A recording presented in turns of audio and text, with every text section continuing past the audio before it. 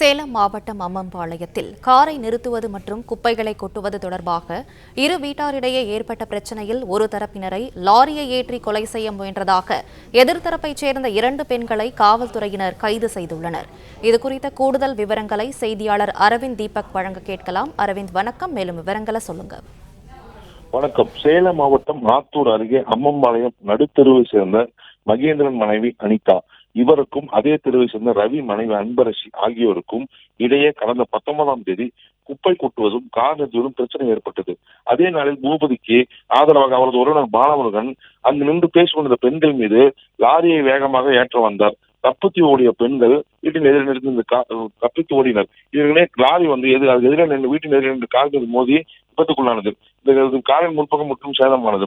இது தொடர்பாக காயமடைந்த அனிதா அளித்த புகாரில் ரவியின் மனைவி அன்பரசி, மகன் பூபதி ராஜா, உறவினர்கள் கதிரவன், பாலமுருகன், செல்வி ஆகியோர் 5 பேர் மீது கொலை முயற்சி, பொது சொத்து சேதப்படுத்தல் 4 பிரிவின் கீழ் ஆத்தூர் ஊரக போலீசார் வழக்கு பதிவு செய்தனர்.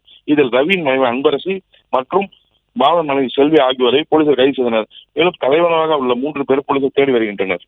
பிளே ஸ்டோர் மற்றும் ஆப் ஸ்டோரில் இருந்து பாலிமர் செயலியை QR கோடு மூலம் பதிவிறக்கம் செய்யுங்கள்.